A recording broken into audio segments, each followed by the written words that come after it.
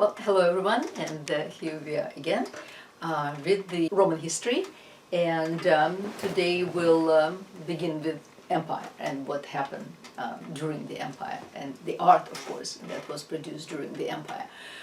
Well, technically, even though Caesar, of course, was not king, but the reason he was in fact murdered was because a number of senators didn't want to have a king, and so he was in 47 BC. He was appointed a dictator for 5 years, but then in February of the year 44, he was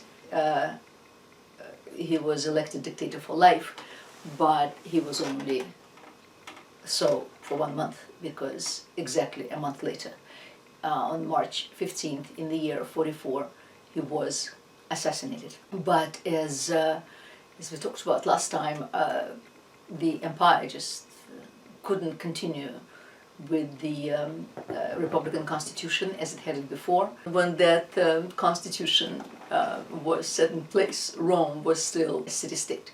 And even as Rome conquered the north, the Etruscans the south, the Greeks, then Sicily, of course, in the 3rd century, still it was, the possessions were manageable, but they became not so in the 1st century, and as a result, the 1st century BC is a century essentially of civil wars. Provincial governors behave horrendously, essentially using those provinces not to govern them, but to enrich themselves. All of that Julius Caesar pretty much corrected, and but in order to correct that, he had to take the reins of power into his own hands, and he was, of course, entirely capable of doing so. He was a brilliant commander, military commander. He was also a brilliant politician, writer. I mean, he was a brilliant man. But he was assassinated in the year 44. Previously to that, he selected his grandnephew by the name of Octavian to be his heir. But when Caesar died, Octavian was 18, 19 years old. He was very young, and he joined then with Caesar's right-hand man, whose name is Mark Antony, to defeat the murderers of Caesar. And another civil war began that will last for quite a long time.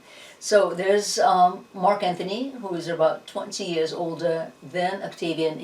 There's no question, he was convinced that the reins of power will pass on to him rather than to Octavian, who was very young, very inexperienced, quite sickly, certainly not a military commander. Whatever battles will take place during his future reign, he will not be at the head of the troops. His childhood friend, Marcus Agrippa, will be his great general. Meanwhile, 3 men organized the so-called triumvirate. It consisted of Mark Antony, of Octavian, and a 3rd man by the name of Lepidus. And they united with the purpose of attacking and ultimately defeating the forces of the assassins. And so that was the primary objective, is to make war upon Caesar's murderers, who by this time escaped to Greece, Macedonia. But before they decided to sail off to Greece in pursuit of the assassins, they figured they might as well put to the sword all those who were still in Rome and who sympathized with the tyrannicides, and which was essentially a legitimized slaughter. So it was called proscription, a legalized form of mass murder. And 1/3 of the Senate and 2,000 Roman knights, in fact, were killed. Cicero, who was the greatest orator of the time, orator, historian, writer, lawyer. That was Mark Antony who proscribed him, and and he was executed. And in fact, further to justify the war of righteousness, they pushed through the Senate, or whatever was left of the Senate, the decree that now proclaimed Julius Caesar as divus, D-I-V-U-S, which is the mortal who became divine. So thus Julius Caesar became deified, and he's not Augustus yet, he's Octavian still.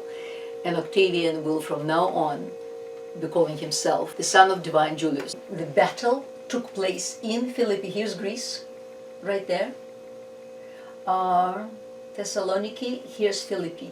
This is where the battle took place, and the forces of the triumvirate defeated the forces of Cassius, Brutus and Cassius. So thus ended essentially the war of vengeance.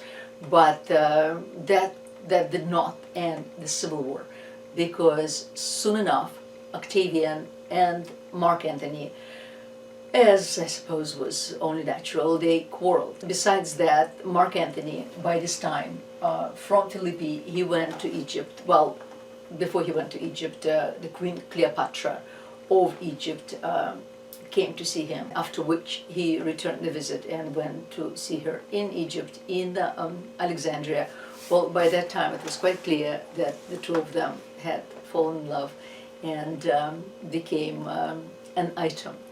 Now, Cleopatra, who was an extraordinary woman, she in fact still very much dreamed the dream of unification, of uniting the entire Roman Empire, the East and the West, under her own rule.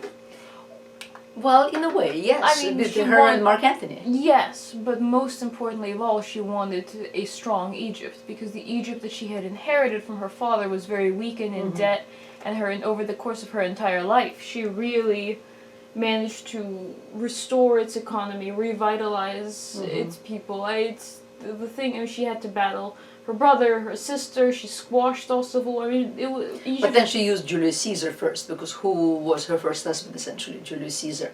And they had a son by the name of Caesarion, and then Mark Antony became essentially her husband. But she didn't use him. I mean, they used each other. Well, it was a political and romantic alliance. Union, exactly. Right, an alliance. Well, yes, but he is the one who helped her become Queen of Egypt. Right. Right. So, and I mean, she gave him great legitimacy and great wealth. I mean, yeah. Egypt was extraordinarily rich when Julius Caesar needed funding for his campaign. Right. And, well, the same was... And she freed him from the Senate. Right. And the same happened with Mark Antony. But the two of them did, there's no question, dream of uniting Rome under their rule and from Alexandria. And this, of course, I mean, some of you may have seen this wonderful film called Cleopatra, with Elizabeth Taylor playing Cleopatra and Richard Burton, Mark Antony. And, well, needless to say, they were an item in real life. They became husband and wife. After the Battle of Philippi, essentially the triumvirate divided what was the Roman Empire into these areas. So what you see as purple went to Octavian. All these lands went to Octavian. What you see as green here, Mark Antony, and then Lepidus got the North Africa. And then, but the fact is, this is very approximate, because Octavius was also in Rome. So he had, under his command and under his authority, not only the entire Italy, the entire, essentially, west of the empire. And Mark Antony, who received all the Asian territories, he and Cleopatra, because at this point Egypt was still independent, he and Cleopatra then had the east. So Octavian had the west, all of this. I mean, Lepidus disappeared from the stage soon enough. And then Antony and Cleopatra had the east. The empire was divided. Octavius began the campaign against Mark Antony, and Mark Antony, of course, against Octavian. Except Mark Antony, you see, was not in Rome. He was in Egypt. Octavian was in Rome. and the campaign was directed against both of them. The fact that Mark Antony went native, and that was the worst possible thing to happen to a Roman, even though they were international in terms of travel and in terms of appreciating things Grecian. Nevertheless, a Roman must always remain a Roman. Whereas Antony clearly very much enjoyed the life of Alexandria and participated in in the festivals, in the native festivals, and all of that seemed very anti-Roman. And of course, Augustus used that. Octavian used that. And then Cleopatra, of course, was proclaimed a whore. We still live by this campaign. There's still whatever films there are that come out in Hollywood, for instance, that's how she's usually portrayed. So this is a 2,000-year campaign that still lives with us. Which is why this particular film with Elizabeth Taylor is so nice, because it shows how she uses that stereotype against her opponents, how she is fine with them thinking that she is loose-moraled because they underestimate her, and this allows her to be an extremely savvy political agent in the game. Yeah. No, she was a military commander. She was a strategist. She was a linguist. She was an intellectual. She was administratively brilliant. She was everything. Spoke 9 languages. Spoke 9 languages. The first pharaoh in about 300 years to actually speak Egyptian rather than just Greek. Right. So all of these campaigns against one another lasted for 12 years, for a dozen years, between Rome and Alexandria. It all finally came to the fore 12 years later, 12 years after Philippi, of the place called Actium in western Greece. That was a naval, it was really both a naval battle and a land battle, but more of a naval battle, where Cleopatra and Antony suffered defeat. At the Battle of Actium, the Roman craft was smaller, more maneuverable, and in the end, Agrippa, a friend of a childhood friend of Octavian, commanded the battle, and Agrippa won. Consequently, Cleopatra and Mark Antony returned to Egypt, where a year later, they both committed suicide, and Egypt became, interestingly, a personal property of Octavian. But it's important to know that they committed suicide when the Romans arrived. I mean, it's not like a year later they just committed suicide and then the Romans closed in. Of course, because the battle continued. The Romans closed in, and then rather than be featured in Octavian's triumph, Mark Antony was brought back to the palace where he died with Cleopatra, in her tomb where she had hidden, and then she herself committed suicide rather than be taken through the triumph. Right. Yes, because after Actium, both of them escaped to Egypt, but the Romans, with time, followed them there, and once they landed, then both of them died. Egypt became a personal property of Octavian. That's a very complicated issue having to do with laws, but, well, needless to say, he, of course, used the tremendous wealth of Egypt for the purpose of what essentially was an empire. He was extremely careful, Octavian, knowing the mistakes that Caesar made. He was extremely careful not to portray himself as king in any form. He was very careful to portray himself as the first citizen, in other words, princeps, which is the first citizen. In fact, he very loudly proclaimed that now republic was in fact restored, and Senate was given back their rights to decide domestic issues, but only domestic. In fact, the whole thing really was a scream, because all the reins of power were very much in the hands of Octavian, and at one point. In the year 27, in fact, he made his brilliant move when he decided to retire, and he pronounced himself as wishing to retire and become a private citizen, at which point, of course, the Senate stood up in one body and not only disallowed him to do so, but had given him the title of Augustus, the most honored one. Between the year 31, which is Actium, but technically the year 27, when he became Augustus, that's the beginning of Rome as the empire, rather than Rome as a republic. First citizen, Augustus revered, and essentially it's not a name, it's a title, because his name was still Octavian or Octavius, but he became Octavian, Augustus, and in future centuries he was in fact known as Augustus, became known. So he retained the trappings of restored republican leader, but he consolidated power entirely and took it all into his own hands. So yes, he was for all intent. Well, he was an imperator. That he was. He had that title. But imperator in Latin means commander in chief. It did not quite yet mean emperor. It was imperator. So that title he had. This is one of his best known statues, and it's Augustus of Prima Porta. Prima Porta is a settlement very to the north of Rome, very close to it, where his wife Livia had a villa, and it was in that villa. In fact, we saw a bit of it, and we'll probably see it again. Remember when I showed you the second Pompeian style frescoes of a garden that wraps around the entire room, sort of as Monet will do in the early 20th century with his lilies. That also comes from Prima Porta. So there he is.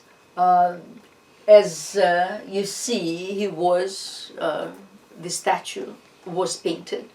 The immediate difference that we see here with, say, the Republican portraits is that Augustus will always be young. And buff.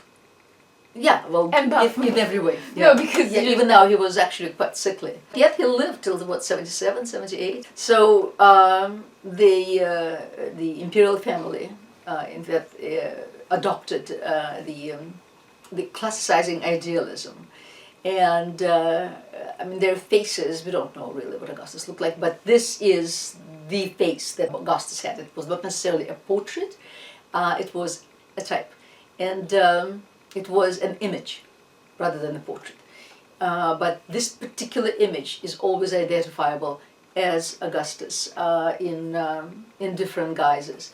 He is portrayed here as an imperator, as a military commander. The approximate date here is given as after his death. He died in 14 Anno Domini AD, because here he is already deified. He too became deified, and as such he wears no military boots. He is unshod, as if walking on sacred ground. That whole connection with Aeneas from Troy escaped Troy, stayed with Dido in Carthage, and then came to Latium to found the new dwellings. And then the Julian family, the family of Caesar, claimed descent from Aeneas, and Aeneas was the son of Venus, as you remember. Now, what you see here is it's a marble statue,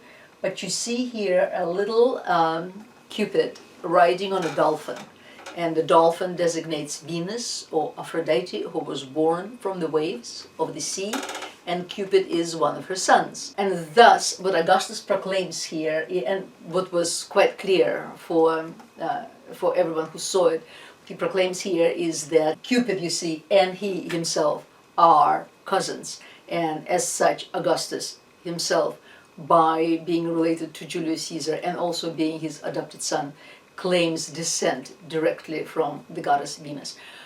This said, it is very possible, in fact probable, that the statue was originally done in bronze. And if it were done in bronze, then bronze wouldn't need support, the marble support of a cupid and a dolphin. But then numerous copies were made in marble, and then they needed a support right here. And this is what it may have looked like when in fact it was painted. In the center, it's difficult to see here, but in the center what you see is the surrender of arms by the Parthians to the Romans. The Parthians were an offshoot of the Persian Empire in the east, and they constantly harassed the Romans in the east. And at some point in the middle of the 1st century BC, one Cassius went to fight the Parthians in the east and suffered a great defeat, and then the Parthians also seized the Roman colors, the Roman standards, which was a great humiliation to the Romans. Now Augustus here makes believe as if he won the standards back. He didn't. He was a great negotiator, and he negotiated with the Parthians and thus got the standards back. But what you see here is the giving back of the standards on his cuirass, while a quadriga with sun god is rising above him, and the goddess of the earth is blessing the event at the bottom. And as I said, he's wearing the cuirass of a commander. Now Julius Caesar began the tradition of minting a ruler's profile on coins, which was in fact one of the reasons for his assassination, because it was felt in Rome that only Eastern dictators minted their faces on coins, which they did. There's no question about that. But Julius Caesar did it himself. But then future rulers that just became accustomed to do so. So the obverse, the front of the coin would feature the profile of the mostly profiles of the ruler, and then the reverse then could tell a story. In this case, for instance, in the case of Augustus, the obverse is here, and his hair is very Augustan hair, so it's easy to tell. So Augustus placed his own profile in the front, but in the back he placed this time idealized portrait of Julius Caesar with the inscription that Divine Caesar. And now money, of course, became the greatest distributor not only of wealth but also of information. Yes, people who came to cities or who came to the forums, they would see statues, for instance, but as you can imagine, very, very few people saw the actual rulers in life. So at the most they would see statues of them, but money went everywhere, and so everybody could see now what this was about. And so the obverse would have the face of the ruler, and then the reverse, in this case, his proclamation that he is the son of God. But then it could also feature a major battle, for instance. It could feature a major trade agreement. It could feature a great structure that was built. I mean, anything. So the obverse was the man himself, and then the reverse was a story about the man. Could be his family, could be his wife, could be anything. In this case, it featured his father, who was God, who now became God. But then there'll be other coins that will feature major structures, or battles, or what have you. And again, it's very important that he wanted everyone to know that Julius Caesar was his father, because it was always a tenuous gap, because he killed Julius Caesar's real son. He killed his Caesarion by Cleopatra. Right. And then he, in fact, embarked to have as much propaganda as possible with himself and Julius Caesar. And to that, of course, art was of first importance. Here, for instance, it's called the Belvedere Altar because it was at one point positioned in the Vatican, in the Belvedere corridor of the Vatican, and that's where the name comes from. But what we can see here is that this presumably is Julius Caesar, who is riding on a quadriga. The quadriga is taking off like an aircraft towards the god of the sky, Caelus, right here, and we see this billowing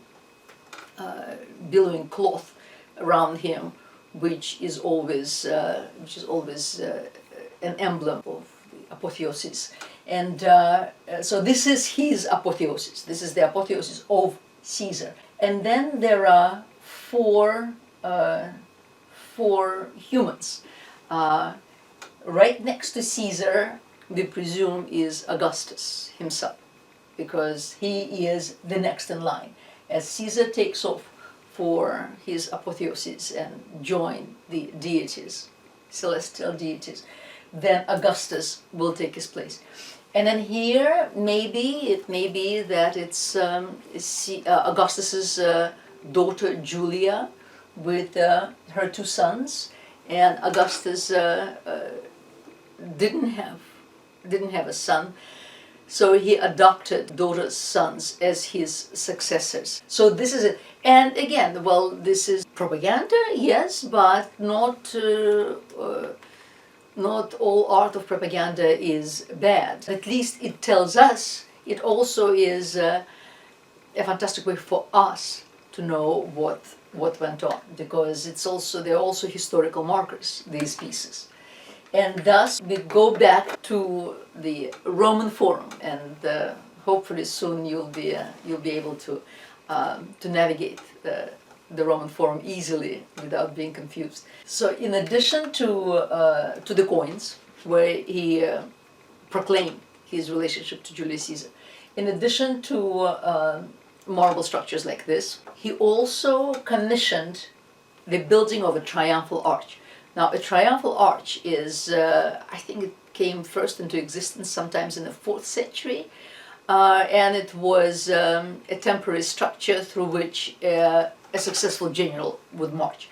But then with time, the so-called triumphal arches were seen as wonderful vehicles, again, for news, for propaganda, for generals and for the rulers to distribute knowledge.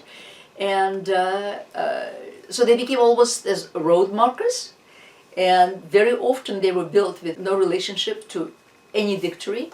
Often they still did, but often they didn't, as we'll see here.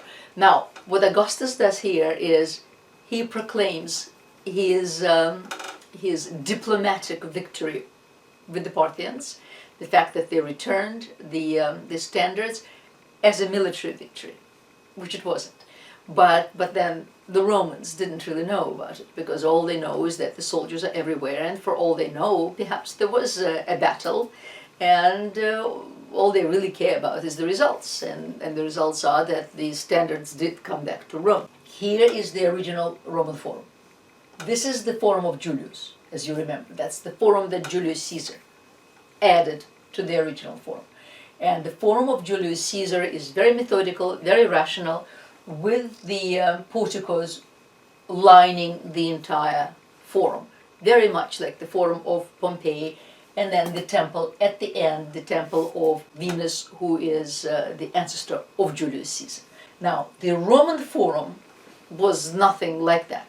What you really have to remember is that originally, so all of this, there were swamps, the swamps were drained, people met there to exchange goods, news, what have you. With time, the curia was built, which is the Senate house. So just forget about all this. Curia was built first, and in front of the curia was the so-called rostra, which also came with time. But in front of the curia, people debated things. Politicians debated. Speeches were made. Then around the year 200, at the same time when Portico Aemilius was built, remember those warehouses?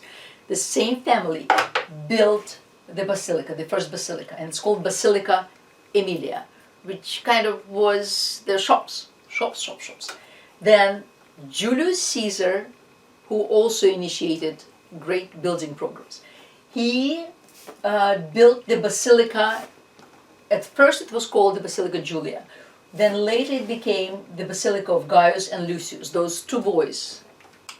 Gaius and Lucius, those two boys who were grandsons of Augustus. And then Julius Caesar also built the Basilica of Castor and Pollux. So, right here. With time, as you see, things began to be built up around that space. Now that Julius Caesar himself was God, the first thing Augustus did was build the temple of Julius Caesar. So this temple became sort of a focal point of the forum, right here, just as the temple of Venus was the focal point of the forum of Julius. So the temple of Julius Caesar became the focal point. And then between the temple of Julius and the temple of Castor, he built a triumphal arch to commemorate the bringing back of the standards from Parthia. So this, you see, is the Senate house that is still there.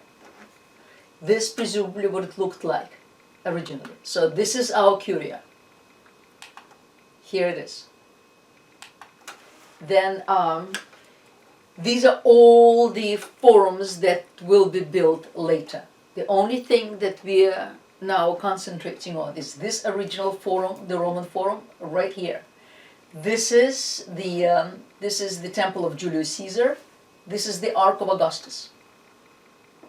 And this here is, remember, the forum of Julius Caesar. So put this out of your mind. This will all be built later.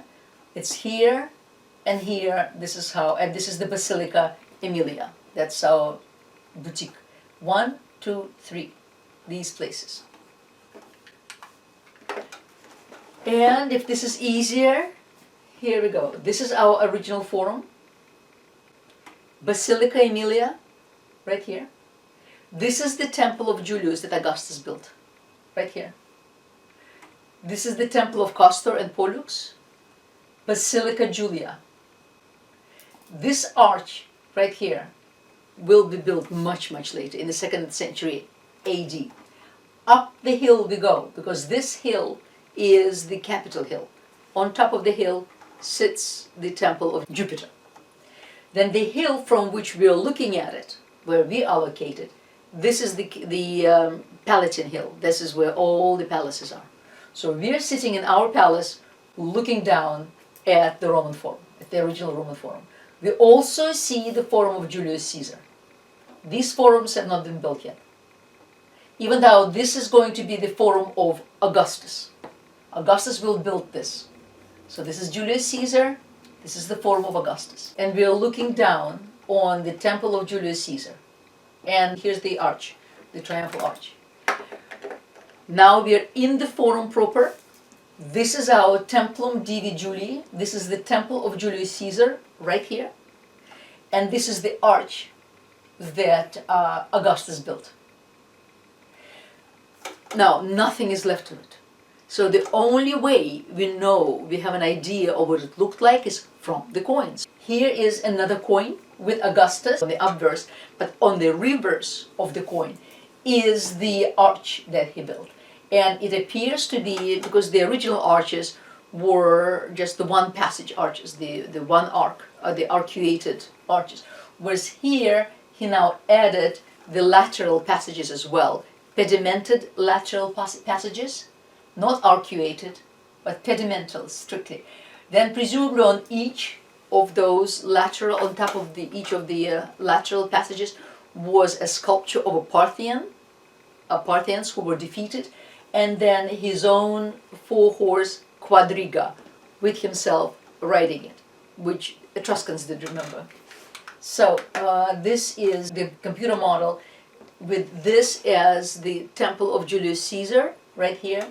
This is the temple of Castor and Pollux, and in between is the arch that Augustus erected. With himself, quadriga, the Parthians, we don't know what attitudes, whether they were soldiers, we don't know what attitudes they took. And then the arcuated central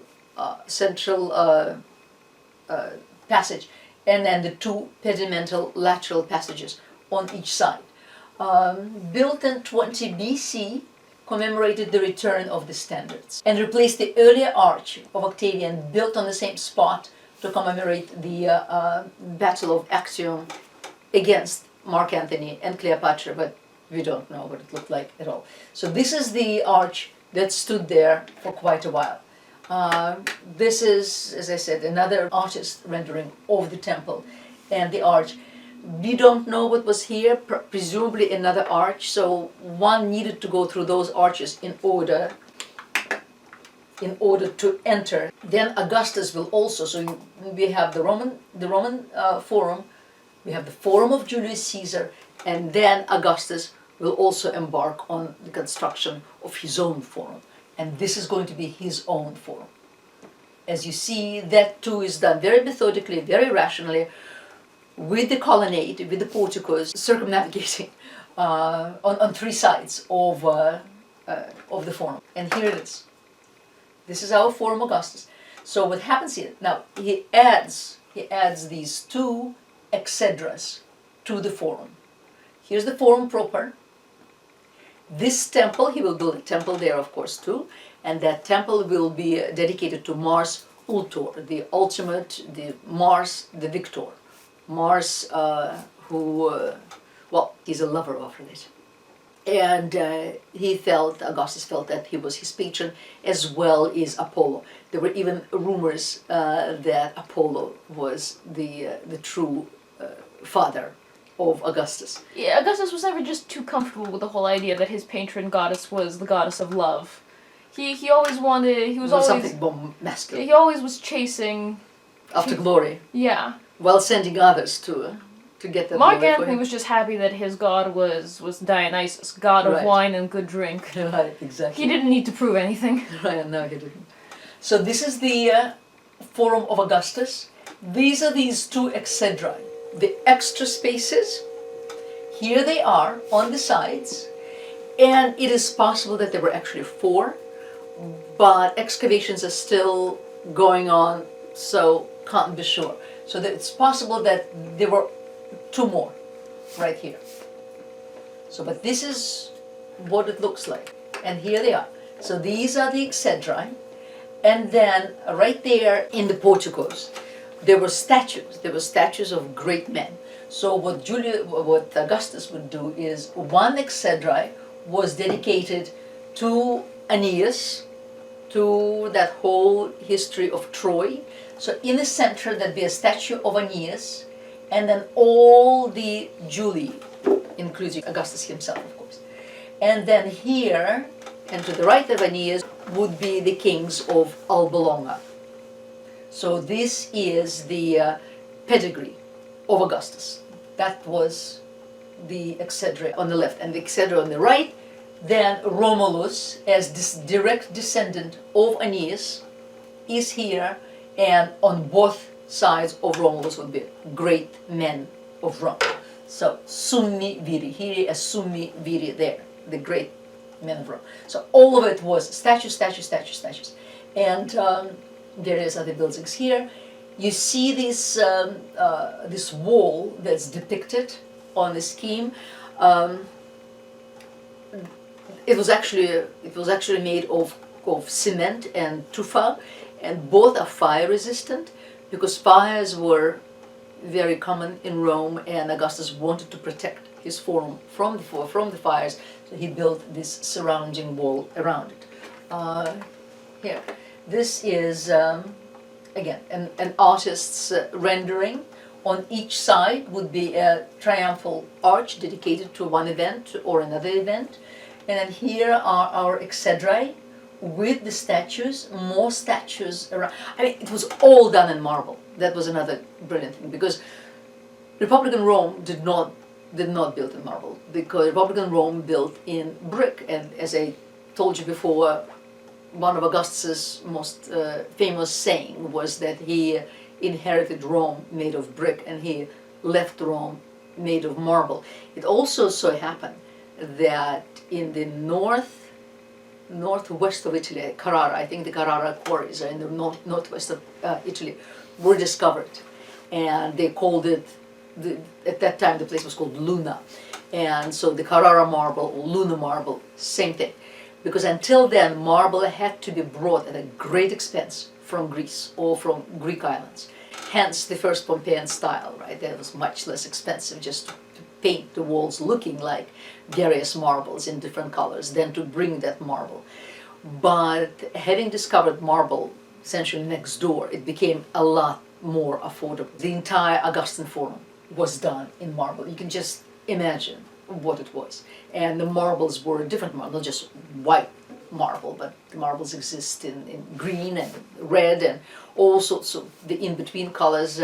So you can imagine how absolutely spectacular it was. And plus, the Romans loved color. Some of the structures were colored. It was, no question, very, very beautiful. And then here is the temple of Mars altar. Again, here's our plan, and so here it is. There's our forum with the two exedrae. Meanwhile, right here, there's nothing. Or rather, people live in these areas. Augustus himself, in fact, wanted to make his forum larger, but for whatever reason, he could not, in fact, purchase more land than he did at the time. So as a result, it's still larger than the forum of Julius Caesar, but it was limited by the amount of land he could appropriate. Later on, other emperors will succeed in appropriating more land and building their own forums there. But right now, just think of our original Roman forum here, Julius Forum here, Augustus there. Everything else, people live there. This is what it looks like today. And this is the wall that surrounds the forum, the one that's done in cement and tufa, and it's also fire resistant. Now, what they do today is, I showed you the same thing with Julius Caesar. They do these projection tours. So when the sun sets, one can get a ticket and go and watch the projections of the actual imperial Rome in the imperial forums. Because the forum to which everybody has access today is only the Roman forum, right there, the original Roman forum. All of these other areas, they're called imperial forums. And the ones that kind of survived, Julius Caesar and Augustus and the other, but one has to have a special excursion to go to those. And but as I said, when the sun sets, one can just sit in front of the Augustan Forum, and then the projectors evoke the grandeur that was Rome and show you what the Forum actually looked like. And they project the Temple of Mars and the exedrae with all here are the exedrae with all the sculptures that you can see around, and then the columns would be done in red marble or white marble or green marble. The place must have been absolutely spectacular. And here's another one. Sasha and I are still kind of wondering why Italy wouldn't do their own Disney World on the outside of Rome somewhere, and to recreate the glory that was Rome. And just do an archaeological reconstruction of everything. And you can have different parks. You could have the early Republic. Everything. You could have they would the huts of so Romulus, the Empire. Anything. Right. So strange. Okay. And you could actually go get street food from Pompeian bakers. From Pompeian bakers, that's right. It's so cool. It would be. It would be. Yeah. Well, here it is. These are all projections. It could be tacky and awesome. Exactly. Yeah. There's a statue of Mars Ultor, which is a later statue. He now lives in the Capitoline museums, but he kind of gives us an idea of what the great statue of Mars Ultor was, perhaps inside the temple. Here he is again, and the triad, then the other deities that were also worshipped in the temple were Venus. Well, of course, Venus, who is the lover of Mars and the progenitor of Augustus, and then Julius, now Julius Caesar himself in his divine aspect. Now this comes from North Africa. It's a plaque. They're not statues in the round.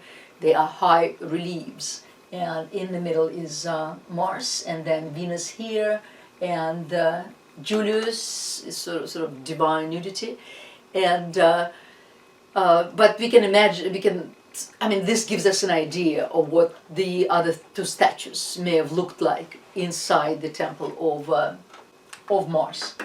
And here we go back to Augustus of Prima Porta, because these copies now were placed all over the empire. So now everyone knew what he looked like, or at least the idealized image of him from the coins. But it was interesting to see the sculpture and the statue, and the statues were everywhere. As I said before, it was painted. But what you see here, what it really is a combination of two statues that are very familiar to you by now. One is, of course, Doryphorus, Polycletus Doryphorus, the canon, the ideal male proportion from the middle of the 5th century, and the other one is the orator, the Etruscan work from the early 1st century BC. So what the Romans did now, they did a bit of Doryphorus, and you can see how Augustus's attitude certainly follows Doryphorus, but they couldn't care less about the cosmic harmony. For them, the here and now, the knowledge born of experience is much more important.